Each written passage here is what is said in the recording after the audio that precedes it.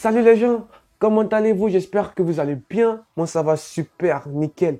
Comme d'habitude, moi c'est Akira et bienvenue sur ma chaîne.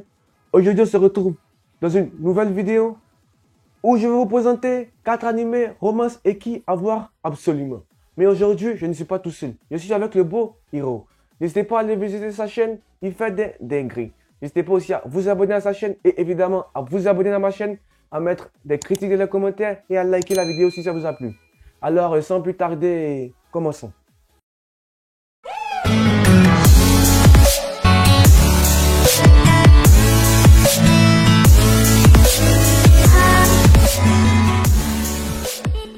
Dans le premier animé, qui s'appelle Keijo, nous suivons Nozomi, qui est une gymnaste exceptionnelle, à tel point que les autres collèges, avec les meilleurs programmes, essaient de la recruter.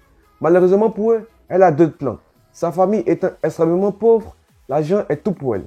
C'est pourquoi elle veut entrer dans le monde de Keijo. Keijo est un type de sport, de jeu, où les filles se tiennent debout sur une petite plateforme flottante et s'affrontent. Le but est de pousser l'autre concurrent hors de la plateforme dans l'eau. Mais elles ne sont autorisées qu'à utiliser leurs fesses et leurs seins pour pousser les autres. Ouais, je sais. C'est un animé rempli de très belles surprises. Certes, à première vue, on pourrait dire que c'est un animé basé uniquement pour montrer des seins et des fesses, mais à bien regarder, on finit par apprécier l'histoire. Et les combats sont toujours de plus en plus palpitants. Au début, avant de regarder, je me suis dit, ok, mais what the fuck? Mais après l'avoir regardé, je peux vous dire que c'est un animé amusant et plutôt original. J'aime beaucoup. Poups ou pas, c'est drôle et j'accroche. Et ça me donne envie de voir la suite. Pour moi, c'est un bon animé. L'animé a actuellement une saison de 12 épisodes et a pour genre action, sport et équipe. Vous pouvez le trouver sur Crunchyroll. Dans le deuxième animé, nous suivons Tomoya Aki, qui est un lycéen otaku, qui va un jour faire la rencontre d'une belle fille en ville. Et cette fille va lui donner envie de créer son propre jeu vidéo de drague, où l'héroïne principale serait une fille ressemblant beaucoup à celle qu'il a rencontrée en ville. Il va donc demander de l'aide à son ami d'enfance Eriri et à la fille plus populaire du lycée. Pendant ce temps, notre protagoniste va être choqué d'apprendre que la fille qu'il avait rencontrée avant n'est d'autre que sa camarade de classe, Kato Megumi, une jeune fille qui est à peine remarquable par les autres. Ce qui ne va pas décourager notre protagoniste. Il va être déterminé à donner à Megumi une totale transformation dans son jeu pour qu'elle devienne la petite amie idéale que tout homme désire. Alors, j'ai beaucoup apprécié cet animé. Son intrigue est assez spéciale. Les personnages sont bien développés et ses graphismes sont agréables. C'est surtout la deuxième saison qui m'a convaincu, la première étant assez neutre, alors que la seconde propose déjà une approche plus intéressante et profonde.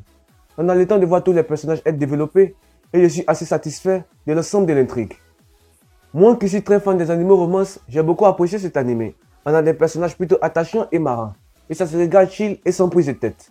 Le seul point négatif pour moi, c'est que le protagoniste est parfois chiant et aveugle sur certaines situations. Ce qui est vraiment frustrant. Mais bon, on va dire que c'est le classique lycéen otaku japonais. Mais à part ça, c'est un bon animé.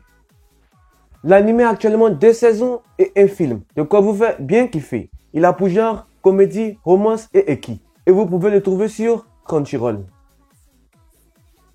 Yo tout le monde, c'est Hiro, j'espère que vous allez bien. Comme Akira m'a invité pour cette vidéo, je vais donc présenter 2 animés ecchi romance en espérant qu'ils vous plairont. Trinity Seven. L'histoire se centre sur Arata Kasuga, un adolescent vivant avec sa cousine Ishiri Kasuga. Un jour, il remarque que le soleil et la lune sont devenus noirs et qu'il est le seul à trouver cela étrange. Il rencontre alors une étrange jeune fille, se nommant Lilith, qui lui explique que son monde a été détruit. Elle lui explique aussi qu'il est dans un monde virtuel, qu'il a lui-même créé à l'aide d'un grimoire, que lui a laissé sa cousine avant d'être absorbé par le soleil noir. Lilith est une professeure de l'académie Magicus, qui a été envoyée pour retrouver le grimoire. Ainsi, elle lui propose 2 choix, remettre le grimoire ou mourir. Kasuga n'a d'autre choix que de choisir la 3e option et rejoindre l'académie, afin d'apprendre la magie et tenter de retrouver sa cousine. Je ne peux qu'adorer le héros parce que non seulement il a le seiyuu de Kirito, mais en plus il a la personnalité que je préfère le plus chez un personnage d'animé. Il dit tout ce qu'il pense, n'a aucune gêne, a un aspect comique et un côté sérieux. Pour retrouver sa cousine, il devra approcher les 7 péchés capitaux, qui, sans trop en dire, sont les filles les plus fortes de l'établissement. établissement. Cette fille avec des pouvoirs et des personnalités bien distinctes sans pour autant qu'elle soit détestable. Je les trouve même toutes très agréables. Beaucoup d'ecchi et de fanservice par moment, une romance qui commence assez vite, on a déjà idée de qui aime qui dès les premiers épisodes. Des pouvoirs assez spéciaux qui tournent autour de grimoires et qui ont des capacités spécifiques à leur utilisateur. Arata a un pouvoir loin d'être commun et plutôt surprenant, qui pourrait peut-être être lié à la fin du monde. Mais quel genre de pouvoir est-ce? Pourquoi le possède-t-il? Et surtout, qu'est devenue sa sœur désormais disparue? Des questions qui auront des réponses si vous regardez cet animé incroyable. L'animé a 12 épisodes sortis en 2014, un film sorti en 2017 ainsi qu'un deuxième sorti en 2019. Il a pour genre action, comédie, ecchi, fantasy, romance, school life et pour thème apprentissage, école, harem, magie et univers alternatif. Il a pour cible éditoriale shonen. Le manga est actuellement en cours chez Panini avec 23 tomes contre 26 au Japon, avec une parution encore en cours. Le tome 24 sortira le 11 mai 2022. Infinite Stratos. Ichika, jeune garçon téméraire et ambitieux, fait partie d'une très grande école de pilotage, utilisant des armes nommées Infinite Stratos, armes uniquement contrôlables par des filles. Les filles du monde entier rêvent d'intégrer cette école légendaire qui fait tant parler d'elle. Seulement, cette fois, ce sera un homme qui l'intégrera. En effet, Ichika est le seul homme capable de contrôler l'Infinite Stratos. Ichika, accompagné de Oki Shinonono, son ami d'enfance, il devra prouver aux autres qu'il est digne et assez fort pour combattre, et ainsi prouver qu'il a sa place au sein de cet établissement. À vrai dire, dès le début, ça va être le gars le plus populaire puisque toutes les filles sont curieuses de ses capacités. Il va attirer l'attention, mais pas que positivement. Il va y faire des retrouvailles, va avoir l'occasion de montrer son potentiel, etc. Ça ressemble pas mal à des combats de mecha, c'est pour ça que j'ai eu un peu de mal au début, mais une fois qu'on s'y habitue, on fait plus vraiment attention. Bien sûr, ça vaut pas les vrais combats sans machine, mais ça passe quand même. Je trouve la romance un peu cliché, l'ami d'enfance, tout ça tu connais, mais d'autres choses arriveront par la suite. La sœur du héros est celle qui a le plus de flow de l'œuvre, je pourrais finir l'animé rien que pour elle. Un peu de 3D lors des combats, mais franchement pour une fois ça passe. L'animé a une saison de 12 épisodes et un OAV sorti en 2011, une saison 2 de 12 épisodes sorti en 2013 et un OAV de 45 minutes sorti en 2014. Il a pour genre action, comédie, drame, ecchi, romance, science-fiction et pour thème école, harem et militaire.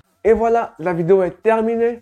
Merci d'avoir regardé la vidéo jusque là. Pour ceux qui l'ont fait, vous êtes vraiment les boss. Je remercie aussi le frère Hiro d'avoir participé à la vidéo. Ça fait vraiment plaisir. Si vous voulez d'autres recommandations d'animé, n'hésitez pas à me le dire dans les commentaires. Et à vous abonner, à liker et à faire des critiques dans les commentaires. Voilà, ça fait vraiment plaisir. Alors, c'était Akira. Merci d'avoir regardé la vidéo jusque là. Et allez, ciao.